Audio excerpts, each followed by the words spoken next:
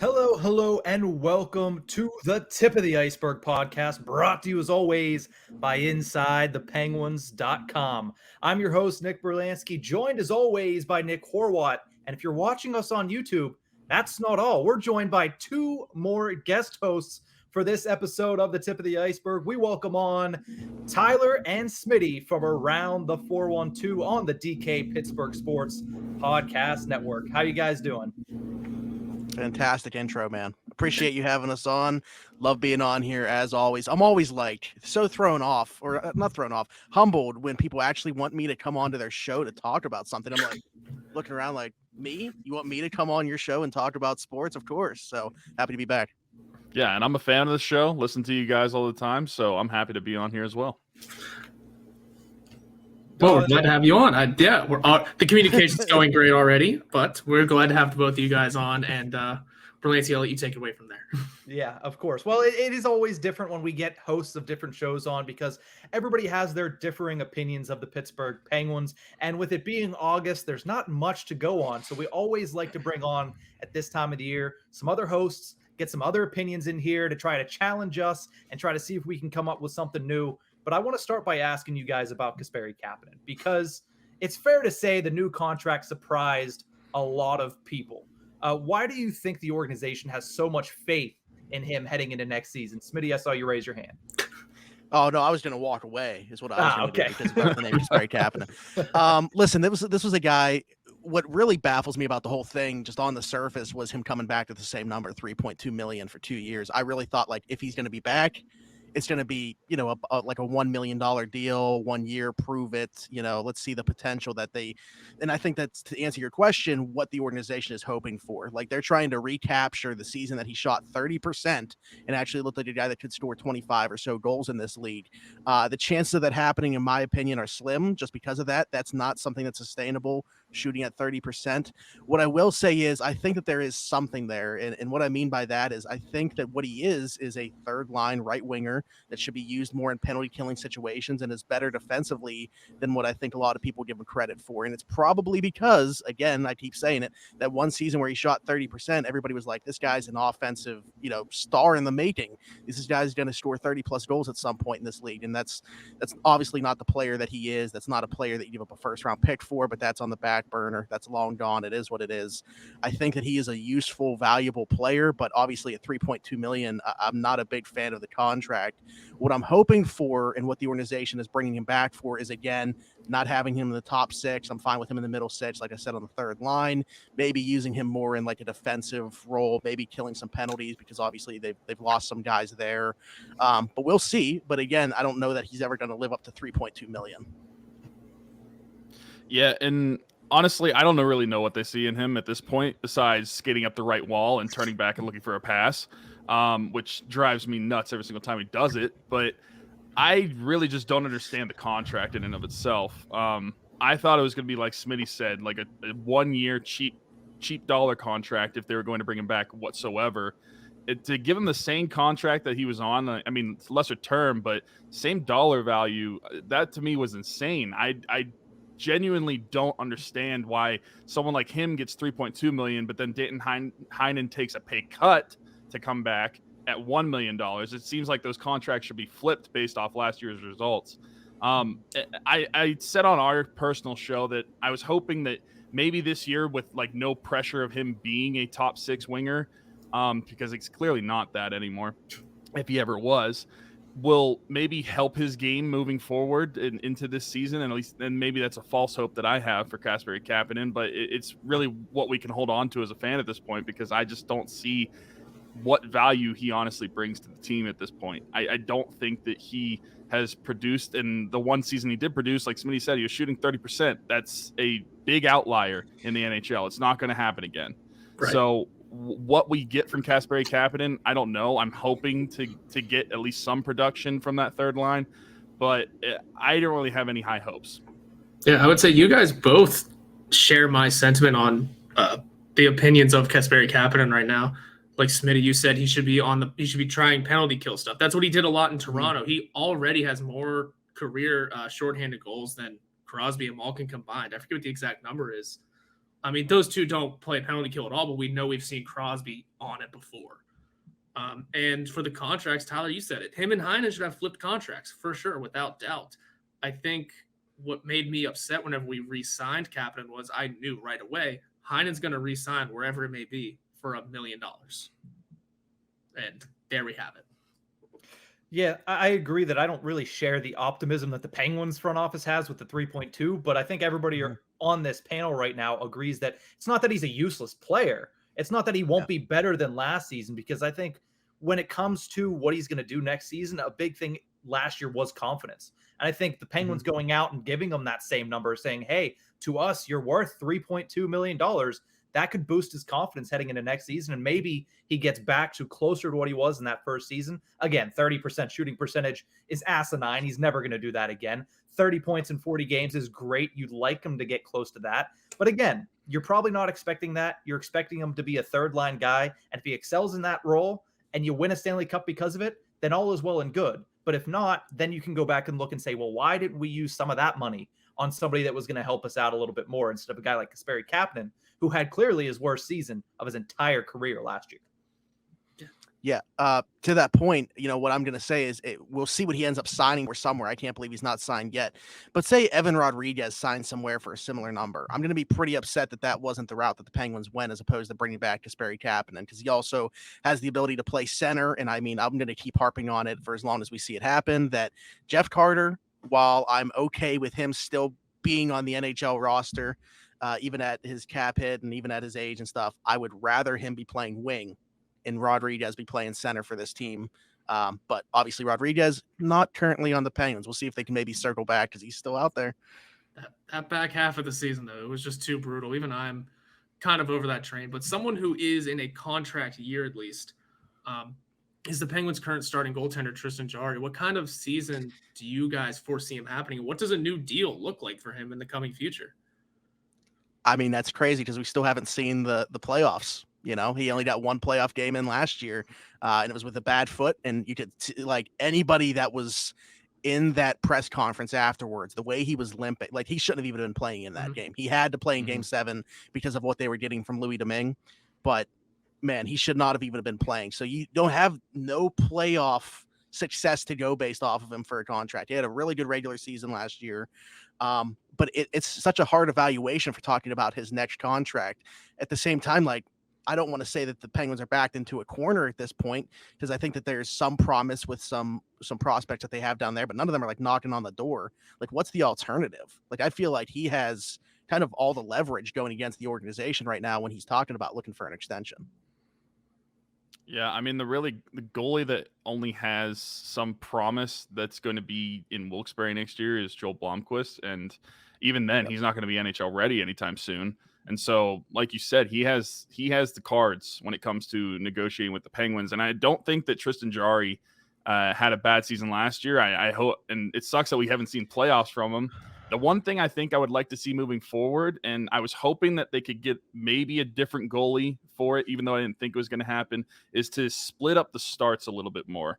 I think that Tristan Jarry has suffered over his career and this goes back to like minors as well.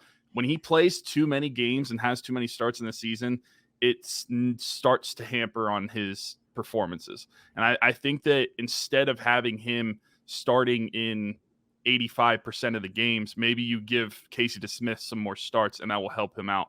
And that doesn't really necessarily help Jarry out when it comes to contract negotiations, but it could in a way, because I think that he could hold up those great performances for longer stretches of the year, because I think we started to see last year as the season was going on, and then before he got injured, his numbers started to dwindle a little bit. And I think that was because the Penguins really just had to rely on himself. They didn't really have much from Casey DeSmith until going into the spring, where he started to turn it around. But I don't remember the last exact number, but Tristan Jarry got vast majority of the starts. So I think if you could get it closer, I'm not asking for like 50-50, don't get me wrong. I'm not doing that. But if you can give Casey DeSmith at least like 30 starts in the season, I think that would do wonders for Tristan Jarry, and it would do better for him having to keep those statistics and negotiate for a contract the following year. The one thing that we haven't seen, like Smitty said, playoffs, but I think that he was in a bad position last year. 2020 or 2021, don't even want to remember it. But we haven't gotten that prove it year. Hopefully we get that in the season. We can see how he performs in the playoffs, because I still have a lot of hope for Tristan Jarry. Yeah, I like what you're talking about with the whole splitting starts and stuff. Maybe not 50-50. I agree with that. But if you look at when Tristan Jarry really took off, that was the 2019-20 season, whenever it was Matt Murray and Tristan Jarry splitting the starts. And maybe you don't need that level because Jarry has excelled and has exceeded what he was able to do in that season. But somebody to take a little bit of the brunt off his shoulders, because even last year, Mike Sullivan was saying, hey, maybe in the back half of the season, we're trying to get Tristan a little bit more of a blow because he hasn't really gotten it in the first half. I just spoke with Josh Getzoff, the radio play-by-play guy, and he said, listen, if you look at the beginning of last season, Tristan Jarry was arguably the Penguins MVP. With all the injuries and all the COVID issues that were happening, he was their rock, him and Chris Letang. So if he's able to go out there and do it again, and as Smitty said, prove it a little bit in the playoffs, he doesn't have to be Patrick Waugh in the playoffs, but if he can go out there and be serviceable and get the Penguins through a round and basically not cost them is the big thing. That's what he did against the Islanders. He cost them the series. If he doesn't cost them, then clearly he's one of the top 15 options as a number one, potentially top 10. I think he could push that. I think he can get up there for sure. I mean, early in the season, I was thinking early talks of being a top 5 goalie in the league. That was just by numbers. But, continuing on with contract talk, Tyler, I'll let you go first on this because you haven't talked first yet. But I want you guys both to rate the Chris Letang and Evgeny Malkin deals on a scale of 1 to 10. And do you think there are any soft spots? What worries you about those deals in the future? I'll do Evgeny Malkin first, and I will give that I'll give it a 9 out of 10. The only reason being is like my sweet spot would have been 3 years just to line him up with Crosby. But I mean, 4 years to get the deal done at $6.1 million. I think $6.1 million is a great number. And I thought that between 6 to 6.5 was the really sweet spot for getting Malkin back. And so giving up the extra year of term, and hopefully he's good by that point and continue to play. But I think that was well worth it. I'll give that a 9 out of 10. Now with Chris Letang, it's tricky rating the contract because it's like the number wise that's great. That's an 11 out of 10. But the term wise, you had to give him 6 years to do it. But Chris Letang has given me no signs that he's going to be slowing down anytime soon. If he's 35 years old, if you were going to see deteriorating, it would have started already. Now I might eat my words that he could fall off a cliff at year 3 of this contract, but I just don't see that. So I'll give this one a 8 out of 10, just strictly because 6 years is a long time. He's going to be like 42 whenever this term ends up, but the number keeps it so good that I may even want to give it higher. But both of these contracts were great. And in terms of yearly value, it is amazing for the Penguins. The fact that they were able to pull both of these off, and we're not even including Brian Rust as well, it was an amazing offseason considering that we might not have even kept all of them or any of them. Yeah, I'm giving them both 10 out of 10 just because they kept the Penguins for life. No, but seriously, with Gino, I mean, it's just so weird, man, that like people were so willing to push him out the door without a legit option in-house or in free agency. Like everybody's plan A for this was Vincent Trocheck. Like, are you kidding me? You're going to compare this guy to Malkin at 35, who is still a point per game player and really the pulse of the power play, a very poor power play, even when he is on it, but at least he gives them some semblance of a power play. They haven't been the same since Kessel left. I think we can all agree on that they were just basing the power play completely around him, and they found no way to regain any traction on the power play since. But Gino, still at his age, obviously, like Tyler, I think that we talked about it on our show, like 3 years would have been great. It would have lined up perfectly and it would have made a ton of sense, but having to budge a little bit on that to get him at that number and make sure that he remains a Penguin for life, I can live with it. So I guess I would agree with the 9. I can't go fully to 10 just because of the 4th year. With Letang, his game has aged so much more beautifully than I would have thought a couple years ago, because I think that he was like kind of, if not one of the scapegoats for the sweep to the Islanders in 2019 and also the bubble loss to the Canadiens. And I kind of thought, I didn't think that he was done or anything like that, but I was like, okay, obviously like Chris Letang's not the exact same player that we saw in his prime. And then last year has one of the best years of his career at his age too. And it's like, this guy keeps himself in better shape than anybody on the team, like the cardio king of the Pittsburgh Penguins and Chris Letang. Who's to say that, as his career continues on into his late 30s and early 40s, that's going to be any different? So until I start to see deterioration, I don't have as many qualms about going to 6 years for him. It's another thing, like, I would have loved for it to have been in that 3-year, 4-year range, but then we're talking about a very ballooned number, probably in the $9 million range. So when you factor in both of those things, I'll say I like both those contracts more than Rickard Rakell's, if that means anything.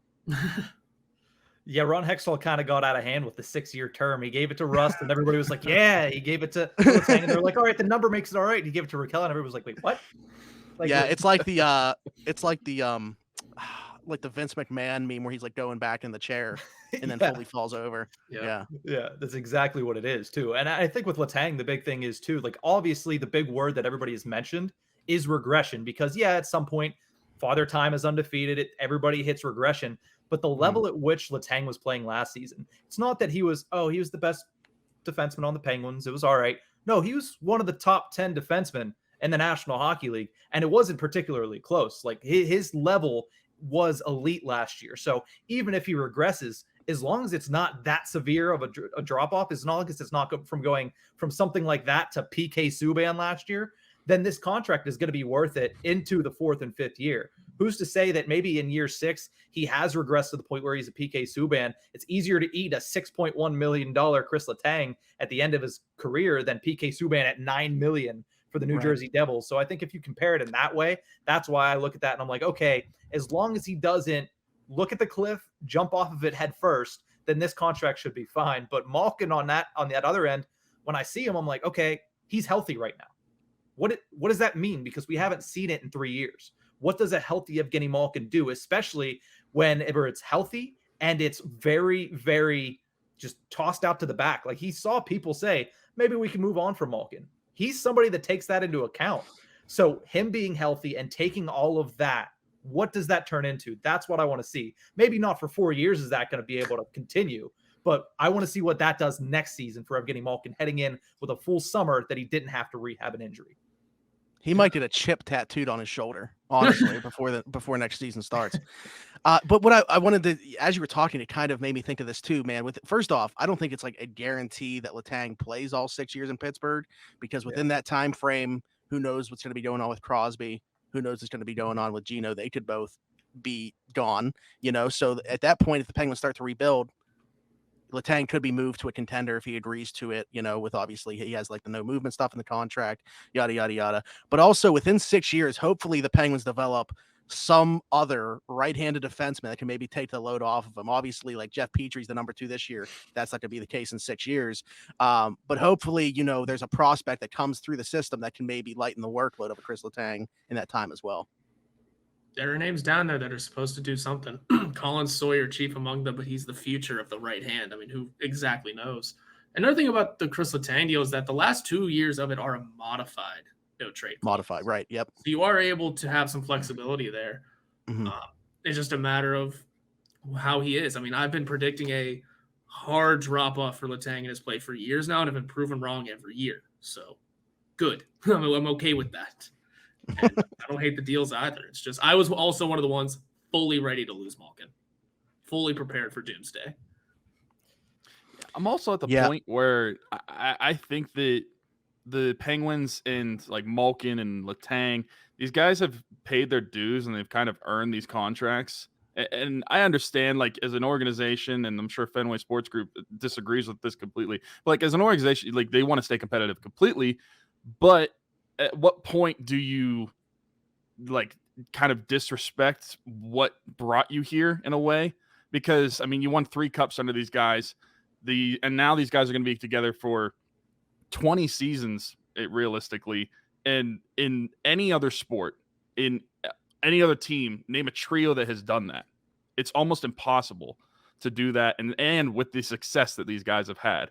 So I think it's kind of a balance as well. Like moving into the offseason, a lot of people were ready to move on. And I understand that from a competitive standpoint that I mean, maybe not these next few years, but in the future, these guys could turn into worse players, and you want to stay competitive.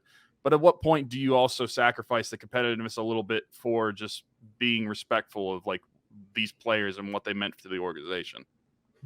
You're not allowed to say that on Twitter, so don't tweet that. Don't tweet that at all. I mean, it's not, and that's the thing. It's not repetition for repetition's sake in bringing these guys back. It's repetition for the sake that they were generally, at the numbers they got, the best options for the Pittsburgh Penguins to be competitive, especially next season. Because as I've been saying on the show for the past, 3 months now, the best chance for them to win a Stanley Cup is the next chance. It's not going to get easier a couple years down the road with this core, with Sidney Crosby specifically. So go out there. If that's going to give you the best chance, then do that. That gives them a best chance than Trocheck, as Smitty mentioned. That gives them a better chance than bringing in Kadri. It's the best chance to bring in a guy like Evgeny Malkin. But when more things stay the same, other things end up changing. So with all the moves on the Penguins' blue line this summer, obviously Petrie, Ruda, Smith, all being brought into the organization, Marino and Matheson sent the other direction. Do you think the defensive side is set up to be better or worse than it was last season? We'll start with Tyler again. I think it's set up to be better. And I've said this on our show. I think, especially offensively, I think it definitely got better. I think what Jeff Petrie and Ty Smith are going to bring offensively is going to be an upgrade from what we've got from like John Marino. And not to say Mike Matheson. Like, I think that's a kind of an even split between him and Petrie offensively. But then you add in Ty Smith with subtraction of John Marino. John Marino just wasn't the same offensive player that we saw from his rookie season. And it didn't look like he was going to get back to that as well. So I'm fine with that. And as far as the defense goes, defensively, I think that if anything, they stayed more or less the same. But I think bringing in Jan Ruda, solid defensive defenseman, and I think that allows Ty Smith, assuming that they're going to be paired together, to be able to do what he wants to do offensively. But I also think that Ty Smith might benefit from being in a better organization, not having PK Subban as his line mate, and I think he could perform better defensively as well. And then Jeff Petrie, I think that he's solid defensively, really good offensively. I think overall the defense got upgraded. I think that moving out Marino and moving out Matheson, it's not that I wanted to see Matheson go specifically, but the contract itself, that helps. And then Marino, he just wasn't the same player. He wasn't living up to the hype that all the Penguins fans dubbed him after his rookie season. He had the sophomore slump that continued into this season, and I will give him credit. During the playoffs, he and Pettersson were the best pairing by far, I think, and he had a really good series. But I don't think that's going to make up for the lack of production over the last 2 seasons, and I think that overall, in return, they got better. Yeah, I think from a defensive standpoint in a transition game, they definitely got better with the Petrie move alone. The Jan Ruda move obviously is going to help them. They wanted a net front presence defensively. They got pushed around a little bit too much in front of the goaltender, and I think that was kind of the signing to make the statement that this just isn't going to happen again. To me, though, the thing is, like, I would say offensively for sure if I knew Ty Smith was going to figure into the 6 for sure, but I think as we look at it right now, I'm not so sure that that's going to be the case, that he's in that 6 on opening night. We'll see if they move another defenseman out. That's obviously still possible, but I'm not like putting in pen that he's going to be part of the original defense that they go into the season with. To me, guys, though, the big thing with the defense is going to be what version of Brian Dumoulin do we have playing next to Chris Letang. I think that's going to define how good this defense is. And at this point now, seeing consecutive down years for him, I'm kind of like the ship has sailed for me on him ever being a top pairing defenseman at this point. But I don't know that they have like another option to play next to Chris Letang. They tried it with Matheson last year. Well, Mike Matheson's no longer here. Like who would be the guy if it's not going to be Brian Dumoulin playing next to Chris Letang? But to me, that's what's going to define how good this defense is going to be. But on paper right now, I would say they definitely got better overall defensively in the short term. Yeah, I think the defense, it's going to be much better, I do think, too. It's a bunch of new faces. Sorry that my trash just emptied. I was wondering what that was. Yeah, I had to delete a bunch of things because my recording stopped, so I panicked for a second. Anyway, yeah, the defense should be much better. I didn't like losing Matheson per se, but losing the contract is a bonus. Taking in Petrie's doesn't help, but it was all about the Mike Matheson contract for me. It should be an interesting defense, but before we cut you guys loose here, I had to ask a football-related question that I thought was very entertaining. Whenever the signing first happened, I went around the Odyssey office because it was a fun little joke. Not saying that either of their jobs are in jeopardy, but we know the fans of the city can be harsh. With a bunch of new quarterbacks coming into the North Shore and not a lot of postseason success for the Penguins, which Mike Sullivan leaves Pittsburgh first? Oh boy. Yeah, I'm gonna say honestly, like with NHL coaches' shelf life, like obviously Sullivan has obviously surpassed that by far already. But to me, it's the quarterback's coach, Mike Sullivan. Yeah, I just don't see a way that Penguins Mike Sullivan is going to be removed from his duties. I think he's a top 3 coach in the league to me, and very, very biasedly opinion, by the way, but I still think that. I mean, but I think that at the end of the day, a quarterback's coach is going to be a lot easier to replace than a NHL head coach. I mean, as much as like the NHL head coach likes to just replace itself with all the same coaches, it's still harder to replace. So I think that just from that standpoint, the quarterback's coach, Mike Sullivan, is going to be the first to go. You want me to tie in all 3 teams here? Absolutely. Okay. Is there a Mike Sullivan on the Pirates? No, there's not a Mike Sullivan on the Pirates, but you'll see where I'm going with this. So we always talk about how Oscar Marine, the pitching coach for the Pirates, like his career is basically attached at the hip to Mitch Keller's development. If he couldn't get anything out of him, he wasn't going to be the pitching coach for long. For me, tying it back to Mike Sullivan of the Steelers, I think his tenure is going to be predicated on what does Kenny Pickett develop into by year 2. If Kenny Pickett's not the starter at some point in year 2, see you, Mike Sullivan.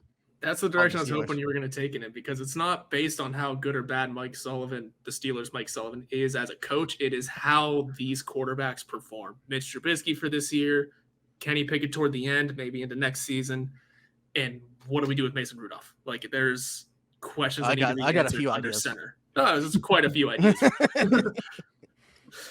Rocket to the moon is one of them, I'd say. Mm-hmm. I personally think he'd make a great astronaut.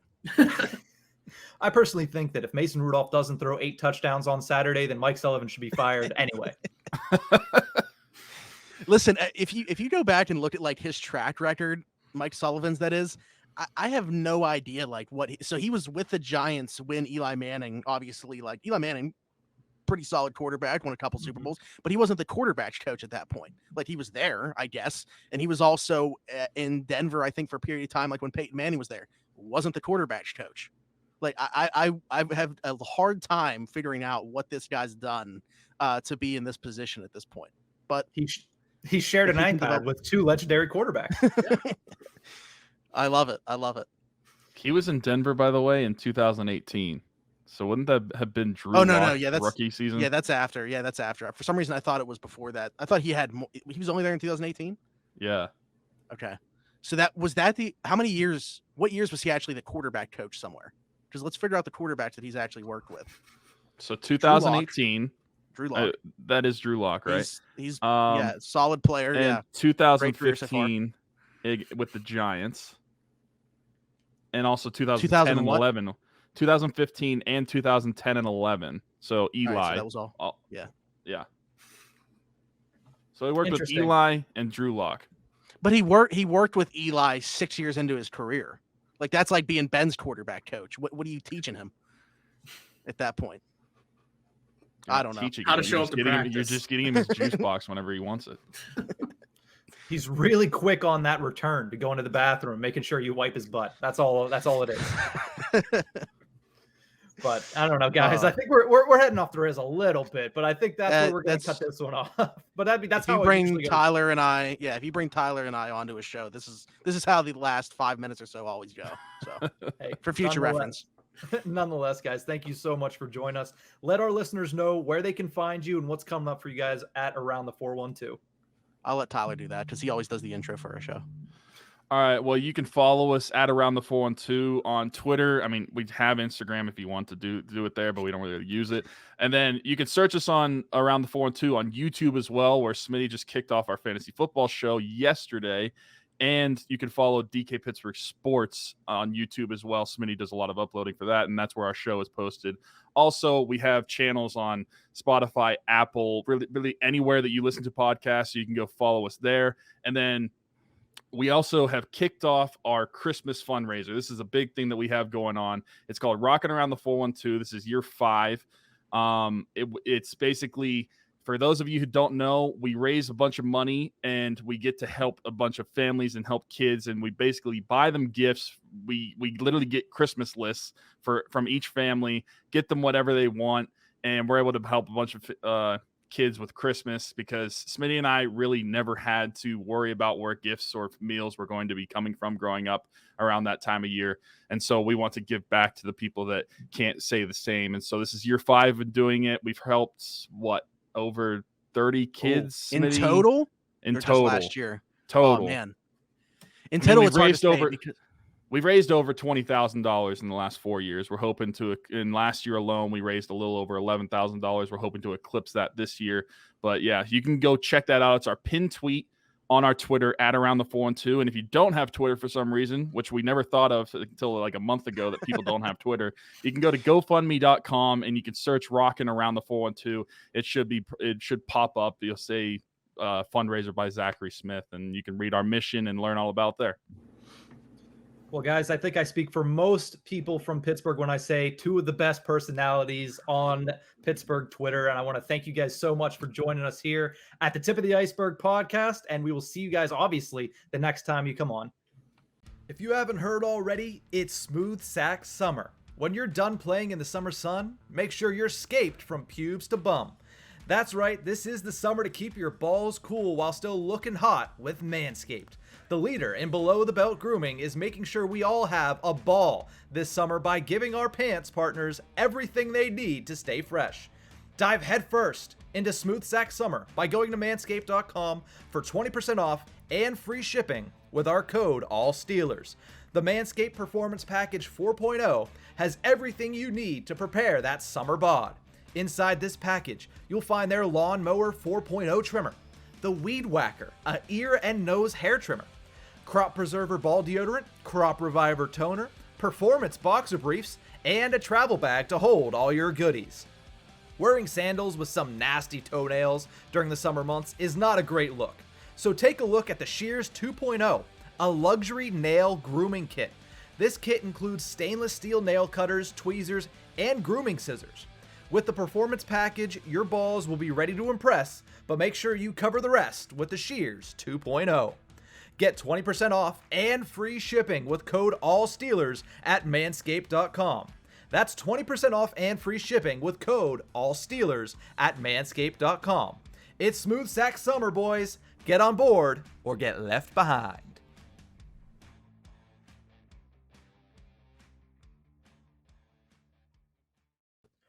Welcome back to the Tip of the Ice-Burgh podcast, brought to you as always by InsideThePenguins.com. Of course, another thank you goes out to Tyler and Smitty of the Around the 412 podcast on the DK Pittsburgh Sports Podcast Network for joining us on the early portion of the show. We love talking to them. Like we said, it's August. We need to get some differing opinions in here because the stories aren't changing at this point. They're not changing until the end of this month. So we like to get some differing opinions in here, and we'll continue to do that through the rest of the month. But as we always do on Thursdays, we're going to finish off this episode with our shout-outs and our call-outs. Horwat, who are you shouting out this week? I'm going to make my shout-out a little preemptive and just hope for the best. It's me summoning some good stuff for tonight. I'm going to see Billy Joel tonight, ladies and gentlemen. Hey. And I'm going to preemptively shout out Billy Joel for a great show just because I've never seen him before. You asked me yesterday if I had seen him before, and I had not. Have you? I have. Billy Joel was actually the first concert I ever went to. It was in 18. Yeah, it was. I had never gone to concerts. So the first one, I wanted it to be special. And for Christmas, Billy Joel tickets were given to me. That's a good start. I know. I guess I've never seen him before, so I'm super excited. It's also only the second show I've ever seen at PNC Park. I know they're rare, but they're usually giant shows. like Ed Sheeran a few years ago. I think Metallica is coming in a couple days. And obviously Green Day, Fall Out Boy, and Weezer were there last year. But yeah, I'm excited to see the Piano Man for the first time and hopefully not the last. And these legacy artists that come through, I mean, Billy Joel's been doing this for 50 years. We can safely call him a legacy artist. Yes. Yeah, these legacy artists that come through, like I saw the Stones at Heinz. Sure, it was Heinz Field at the time. I can call it that. I saw the Stones at Heinz Field a lot of months back at this point. And they still kicked ass. So I'm hoping a little bit for the same from good old Billy Joel tonight. The pride of Long Island, as my old roommate would call him. Yeah, I think it's a safe bet that you're going to get a pretty good show from Billy Joel. I mean, the guy, there's the reason he's called the Piano Man, obviously. And I know Elton John is another legacy artist that I would love to see, but I just do not have the bankroll to be able to afford to go see Elton John on his 18th farewell tour. Yeah, I was going to say, don't worry. His 19th or 20th or whatever farewell round of the same farewell tour will come through. The ironic thing, quick sidebar on the Elton John tour. I ironically looked it up. I was with my mom in Florida, and I looked up that tour because we discussed it being so long. He only had to cancel like a handful of shows for COVID. It wasn't many. That tour was planned to have a little break at that time, so he kind of lucked out. Well, either planned or things were moved. It was a little confusing on the Wikipedia, but it didn't look like he had to adjust too much with the pandemic. And to be fair, Wikipedia is definitely the most reliable source in the history of the internet. But it's also a long tour. It's been on since like 2019. Yeah, that's very true. But I'm going to take this a different direction with my shout out, something that I don't think has ever been spoken about on this podcast. Mm-hmm. I'm going to soccer or football, as it were, because I'm trying to get into the English Premier League this year because I saw that it was starting. I have Peacock this year. I figured, okay, there's a nice little start. And I realized it's almost like football where it's, Friday, Saturday, Sunday, or Saturday, Sunday, Monday, and it's one game a week. So that's easier to get into, easier to follow along. So I watched a couple of games last week, and the one guy that stood out to me is this young guy, 22 years old from Norway, Erling Haaland. I hope I'm saying that correctly. He plays for Manchester City, made his debut last week. 2 goals, the only 2 goals, and a 2-0 win over West Ham United. Sorry for Jesse Marshall. Of course, West Ham is his team. They lost on his birthday, no less. But, I mean, happy belated birthday to the great Jesse Marshall, the best person born on August 7th, for sure, in Pittsburgh sports. But the second goal for Haaland was the one that just absolutely blew me away because it was ridiculous pure speed. I know you don't watch Marvel, but anybody that listens to this podcast right now that has watched Marvel and has seen Avengers Infinity War and seen Captain America sprinting past everybody and looking just light years faster than everybody else on the screen, that's exactly what Haaland looked like. I'll send you the goal. The ball was just chipped out in front, and he just chased it down. Nobody was anywhere close to him. Dude is seriously skilled. He's only 22 years old, and he's going to be an electric factory for Man City this year, who's won 4 of the past 5 English Premier Leagues from what I've learned. So it's going to be another good year, it seems like, for Man City. Yeah, you're getting into soccer at the right time, too. I mean, it's World Cup. The World Cup is coming up despite its not good background and not good reasoning for it having to be played in December. But the World Cup is coming up. I've been in and out of soccer for a couple years. One of my best friends in high school played soccer, and we watched a ton of it through my high school days. And whenever you first mentioned soccer, I thought you were going to call or shout out the MLS All-Star Game because I got a bunch of those clips on my Twitter for some reason. I got none of those still. I saw a bunch of them on Imogen whenever I was doing stuff, but I've never seen a clip. They did what's it called? They did like a skills competition. I saw a bunch of clips for. But anyway, yeah, you'll enjoy soccer if you're into sports at all. I mean, soccer is a ton of fun. Football is a ton of fun. And there is this weird new wave of players coming out. Like you said, this kid's 22. I forget what his name is now, but that kid that's from America is supposed to really drive the American team. I forget if we're in the World Cup or not. I feel like it starts with a P. Yes, but he's supposed to be stupid good as well and from the States. There's this fun new group of young kids coming up into the sport that should be turning it on its head because Messi and Ronaldo aren't getting any younger. I don't even know if Wayne Rooney's still playing. I think he is actually. I think he's in the MLS. like a bunch of these older names that I watched in high school, or they're still there, but they're a little older now. And for what it's worth, I'm still seeing clips of Ronaldo, who is a freak of nature at all times. Yeah, he made his, I don't know if it was his debut, but he came in relief for Man City or Man United last week, I should say. See, I'm new at this. His return, I think. It might have been, it might have been his return. Christian Pulisic is the guy that you're mentioning, of course. But no, I'm trying to get into it. I'm still very, very new at this, so I'm not going to bring it up very often. But when I see something as ridiculous as what Erling Haaland was able to do in his debut and how much of a freak of nature he is, I think he's like 6'7" too, so like O'Neal Cruz vibes. Yeah. Big blonde Norwegian dude at the age of 22. He's already kind of a superstar. But like I said, how do you score 2 goals in your debut for a team that's won 4 of the last 5 championships, and all of a sudden you're that guy on that team? I think it was impressive to me.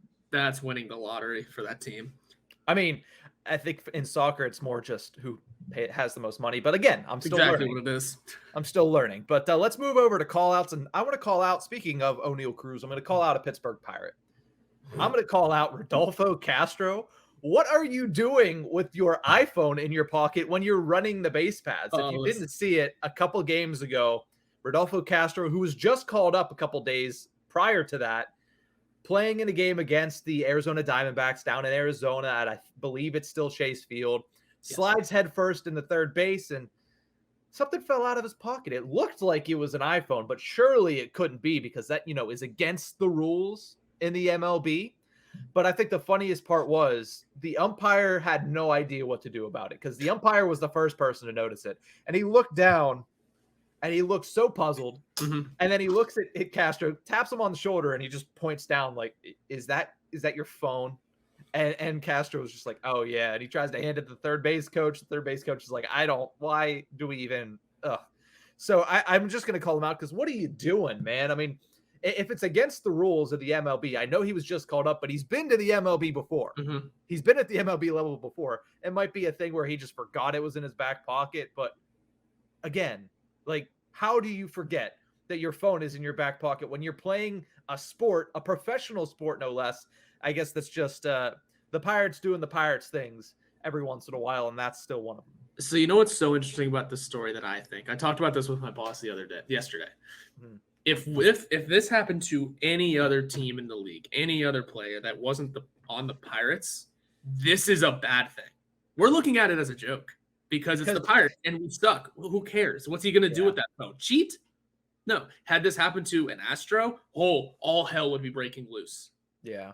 The MLB isn't even taking it that seriously. If this was any other team like the Yankees or the Dodgers or even the Mets at this point, the MLB would have already handed out some sort of disciplinary action. The MLB had to consider this. I don't even think they did yet. I just saw Ken Rosenthal tweet. Technically, he broke the rules. Technically, no word he from should the get MLB fined. yet. Yeah, no word from the MLB yet. I don't think he's tweeted about it since. Mm-mm. If this was any other team, you would have seen Ken Rosenthal tweet before the game was over. Yeah, he's been fined. Like, just because it's the Pirates and we're kind of a laughing stock, the league doesn't even care. They're like, honest mistake, moving along. Next, we have other, we have other Hall of Fame issues to worry about because we're not letting certain people in. Yeah.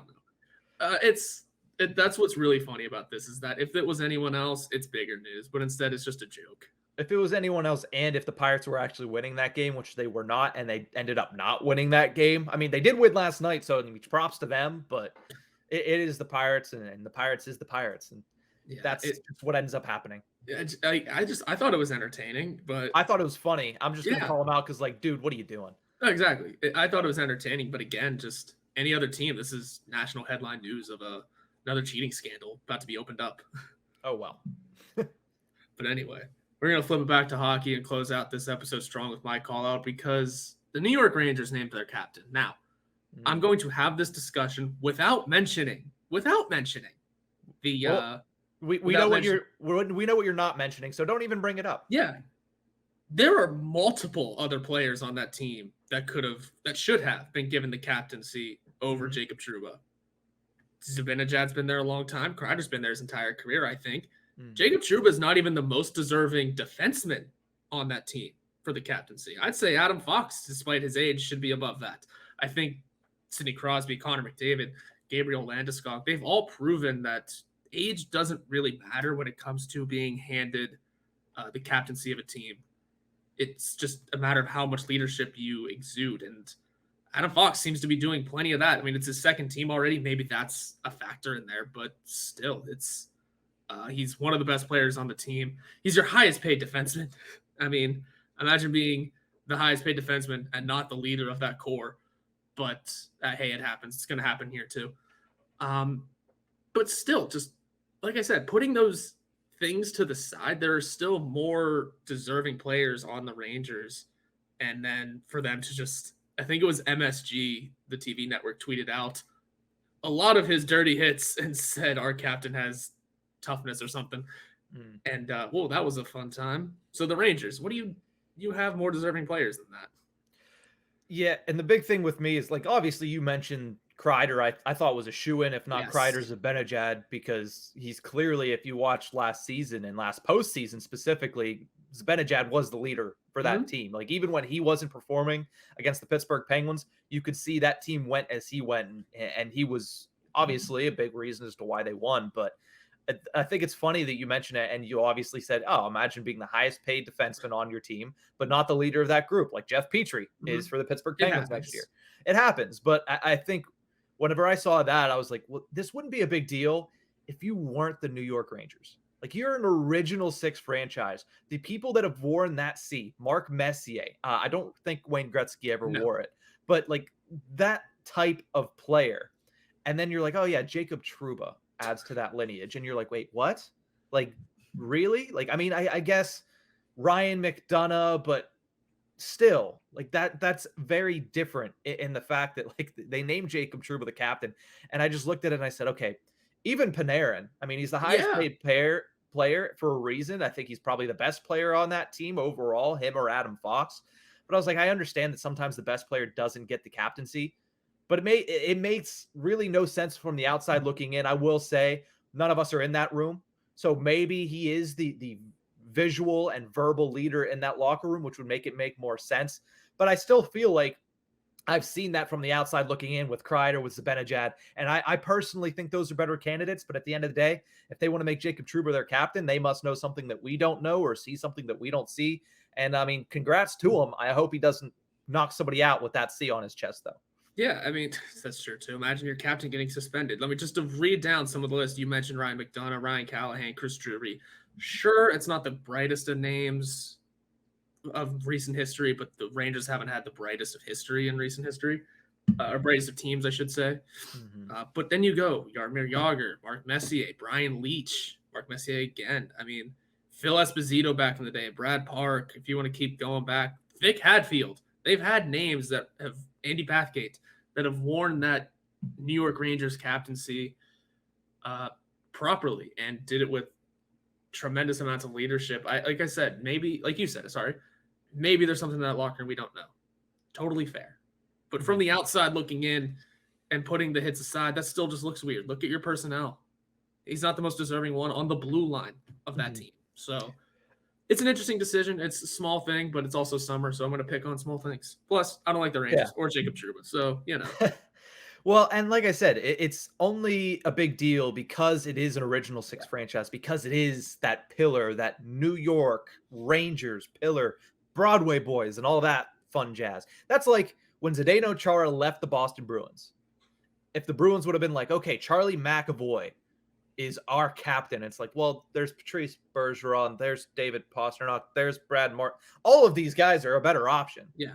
But okay, I guess whatever. But they named Bergeron the captain because that's the clear and obvious choice. I feel like Bergeron is Kreider in this situation. So like I thought that that's where they were going to go, but they didn't. Oh, well. I mean, we'll see how that works out for them. Yeah, we'll see. I mean, at the end of the day, no, the captaincy does mean a lot. I was going to say, at the end of the day, overall, the captaincy doesn't mean too much in terms of winning or losing hockey games. But it deserves more credit than what it does get. I mean, big thing about talking to the refs. Maybe he's a real smooth talker when it comes to talking to the Stripes, you know? Like, maybe that's what it is. Clearly, he must be. He's gotten out of multiple suspensions. Anyway, I knew that was coming. It had to get in there at some point. I knew that was coming. But just imagine May or June of 2023, the New York Rangers have won the Stanley Cup, and the person to go out there to accept it is Jacob Trouba. That too. It's always because it's the captain who gets it first, and you have to think about who's wearing it when that happens, because you're handing it to Jacob Trouba over, I'm assuming, multiple guys that led the team over him. Ooh, yeah. Hey. I mean, like, look at the last couple of years. It was Landeskog, Stamkos, Alex Pietrangelo, Alex Ovechkin in 2018, then Crosby. And even before that, it was who won in 2015? Taves. So, and Dustin Brown. Like, these are all, I mean, Dustin Brown might be the most similar that you get to Jacob Trouba. No, that's because that was before they handed it to Kopitar. Yeah, but that, again, that's the outlier. So, I mean, I don't know. Like I said, I really particularly don't care, but it is August 11th, and we need something to talk about. And I'll get upset over something like that, obviously, because, why not? We're bored. It was also the biggest news of that day. I mean, Kevin Weeks tweeted out yesterday that keep an eye on the Islanders to make some moves. It's been 24 hours and nothing has happened on the Islanders front. He's just telling you to keep an eye on people. Not that they're going to do anything, but just, hey, take a look at these guys, Just follow their Twitter whenever they announce Kadri signed with them.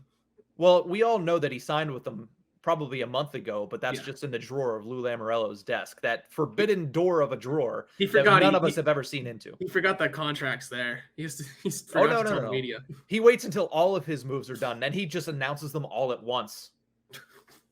He did it last year. With, what was it, Parise, Beauvillier, a couple other names. He announced them all at the same time, and it's like, have these been done for months? Like, these have had to be done for months. You did not do all of this today. Oh, Lou. Lou just, Lou is his own person. And honestly, the NHL would be different if he wasn't around. So I appreciate it. But that's going to do it for this episode of the Tip of the Ice-Burgh podcast. Thank you again to Smitty and Tyler of Around the 412 for joining us. We're going to look to bring on a couple more guests, talk a little bit more about Penguins hockey, and we'll be back on Monday talking about more different things because it is August, and that's what you do in the off season. See you guys next week. Have a great weekend, Penguins fans.